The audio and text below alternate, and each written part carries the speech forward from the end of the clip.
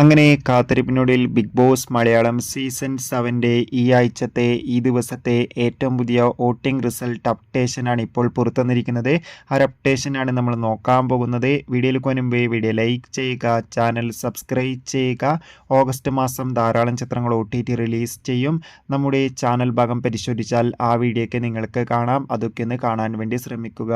ഈ ആഴ്ച, അതായത് ഈ സെക്കൻഡ് വീക്ക് വോട്ടിംഗ് മത്സരത്തിൽ ശക്തമായ 9 മത്സരാർത്ഥികളാണുള്ളത്. ഇപ്പോൾ ഇതാ മിഡ് വീക്ക് ഇവിഷൻ നടക്കുകയാണ്. മിഡ് വീക്കിൽ വോട്ടിംഗ് ഇല്ല. പകരം മിഡ് വീക്കിൽ എങ്ങനെയെന്ന് പറഞ്ഞാൽ അഭിലാഷും ഒഴികെ ബാക്കി എല്ലാ മത്സരാർത്ഥികളും ഇപ്പോൾ നോമിനേഷനിൽ പെട്ടിട്ടുണ്ട്. മിഡ് വീക്ക് എവിഷനിൽപ്പെട്ട 2 മത്സരാർത്ഥികൾ ബുധനാഴ്ചയോ ചൊവ്വാഴ്ചയോ പുറത്തു പോകും.